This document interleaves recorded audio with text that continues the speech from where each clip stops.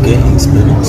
I'm hungry. I didn't have lunch yesterday and dinner, but I did have some milk.